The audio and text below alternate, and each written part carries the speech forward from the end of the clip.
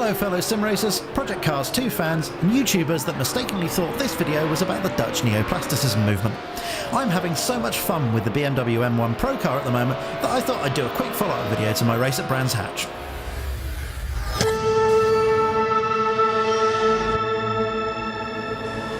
Still very much enjoying the rolling start feature of Project Cars 2, even though it does tend to dump you in the wrong gear half the time. Car's already starting to bunch up as we slow down for Sandoval for the first time. And almost having to come to a stop. Can't go around the right side of that curve there or the game will give you a penalty. So you pretty much have to live with any cars to your left turning into you. Massenet for the first time is a pretty slow affair as well. There are BMWs everywhere. Casino Square's no better, and I would wager Mirabeau is going to be a complete train wreck.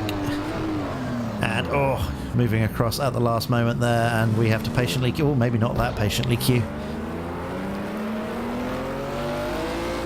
Hairpin on the first lap is always a nightmare, and we do in fact stop very briefly there.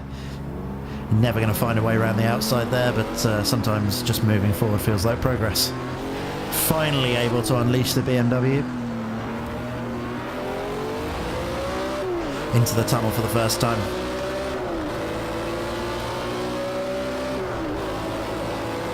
That sounds fantastic in there.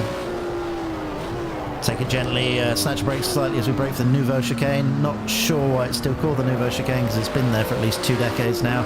We get a great run on this BMW and see if we can stick one up the inside into Tabac. It's never a good plan. Have to rely on the AI getting out of the way a little bit, but everything's alright in the end.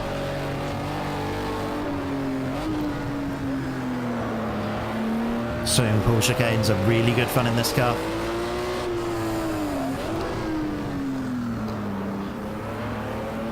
Finally around Rascasse and Anthony Nose, and we have completed the first lap at Monaco without the AI completely blocking the circuit, so I count that as a massive win.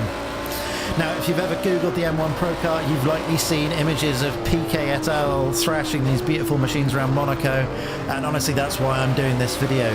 Frankly, the idea of big angry Bimmers at Monaco sounds absurd, but it's ridiculous fun. Obviously, the real Procar races didn't happen at dusk, but this car was styled by Giugiaro in the 70s, which means it's got pop-up headlights. Essentially, that means it's just ridiculously cool. As we get a great run on this this other BMW here down into Mirabeau. Managed to avoid doing a Rosberg and throwing it up the escape road there. Always a good sign.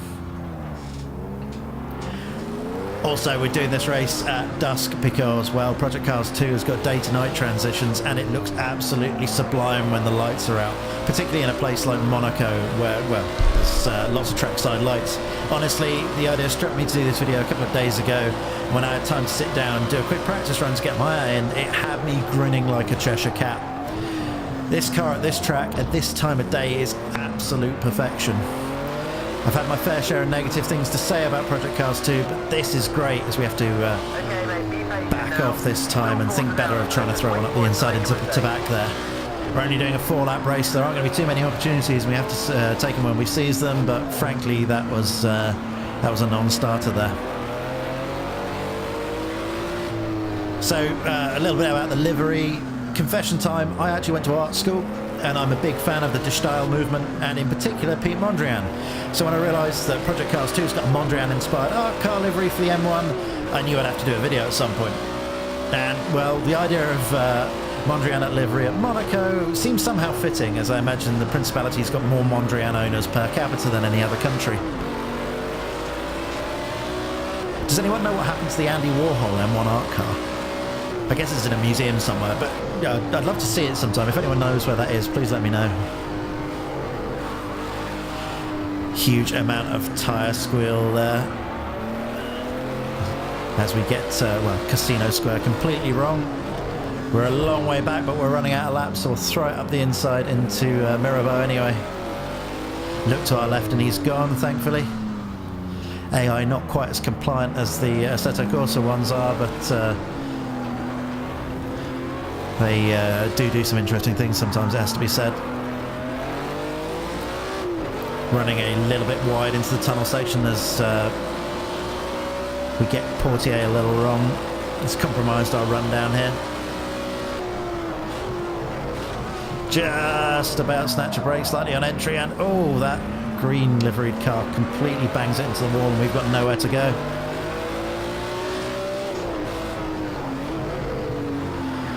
Oh, getting the entry into the back completely wrong.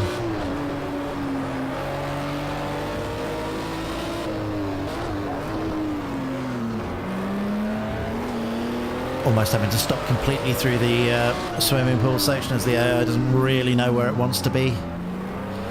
Oh, the AI again bangs the wall through Raskas.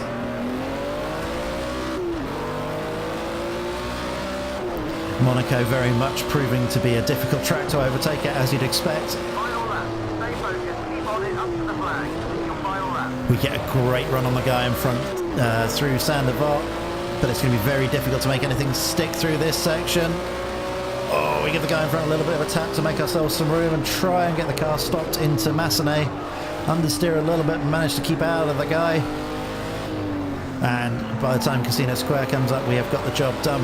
It's the final lap, so it might be worth putting one up the inside into Mirabeau. All four wheels locked. Somehow complete the fastest first sector of anybody there as well. That's definitely not the way to do it, but desperate times and all that. We are sadly much slower than the AI through that. I don't know what the corner before Portier is called, actually. Again, if you know, whack it in the comments. I think we are very much running out of time now to do anything. Depends how slow the AI is through the Nouveau chicane this time. As I say, we get a nice tight line over the curbs there. Nice and aggressive turn into to back. Don't give the AI anywhere to go. You can tell me I'm gaining on 7th, but I can't even see him. Nice try. Slightly liberal line there through the swimming pool for the last time, but it's not really going to do much for us.